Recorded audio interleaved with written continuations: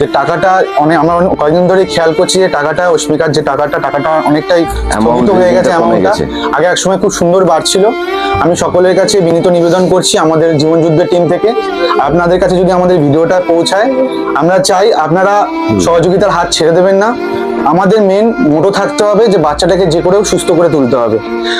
আমাদের দেখিয়ে দিতে হবে যে সোশ্যাল মিডিয়ার পাওয়ারটা কি, যে মানুষ চাইলে কি না পারা যায়। আজকের দিনে দাঁড়িয়ে আপনাদেরকে বলে দিচ্ছি, আজকে যদি এই শিশুটাকে আমরা সুস্থ করে তুলতে পারি, আগামী দিনে আপনার পরিবারের বা আপনার এলাকার যদি কোনো শিশু হয়, মানুষ কিন্তু আপনাদের পাশে এসে দাঁড়াবে।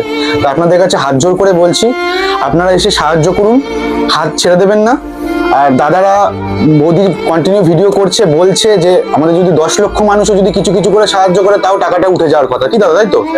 তাহলে আমাদের প্রশ্ন হচ্ছে, যদি আমরা পশ্চিমবাংলার 10 কোটির উপর মানুষ বসবাস করি, তা 10 কোটির লোক যদি 1 টাকা করে দেয়, তাহলে 10 কোটি টাকা হয়ে যায়।